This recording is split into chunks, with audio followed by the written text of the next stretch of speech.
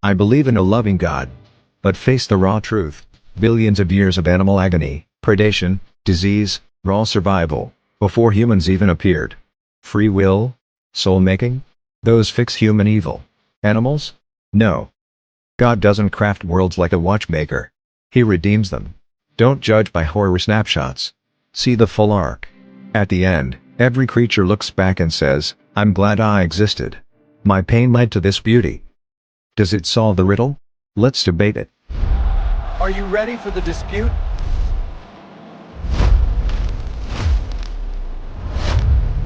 Suffering makes God's existence unlikely.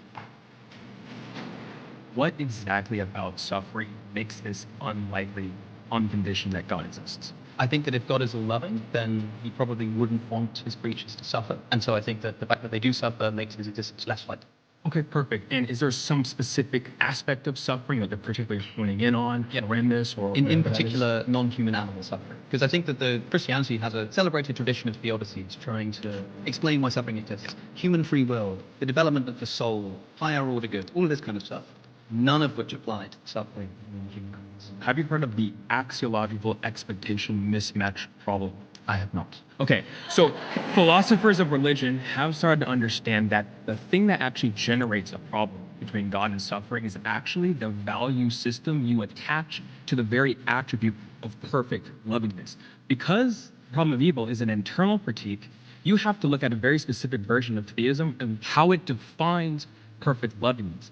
I want to present to you a version where my version of perfect lovingness does not actually constitute a problem and a misalignment, that mismatch between the suffering of animals, let's just say the profusion of suffering of animals, and the existence of God. So let's hear it. What kind of God are we imagining that would allow and oversee and do nothing to prevent billions of years of untold animal suffering? Right, so you're talking about non-prevention. Or setting up the system that is natural selection, such that it relies upon things like predation and disease. Well, the first part is I don't agree with the whole setting the system part. So I'm not one of those theists that believes that God does this select and pick idea of creating worlds. I don't think that God actually creates worlds.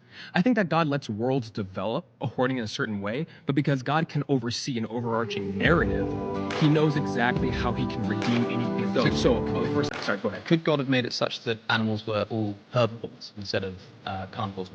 Yes, he could totally do that. Okay, so had he done that, here's an instant way to reduce by orders of magnitude the amount of suffering that exists. Right, but hold on. That's particularly assuming a value theory already that I haven't told you I'm adopting that has a problem with evil. So I have to give you my value theory first for you to show that misalignment. Okay, let's hear it. Perfect. Okay, so my value theory says that it's not the most important thing about a sentient creature is not what merely happens to them.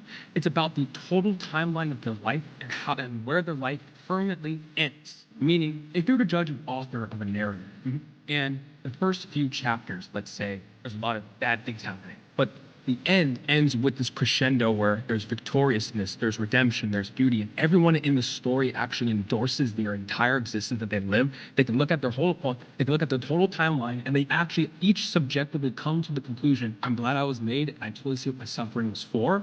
That's the particular I'm using with. So we have to judge, John Hicks says, we have to judge the very nature of God's lovingness by what he does in the end, not these few time slices that we observe right now. Next.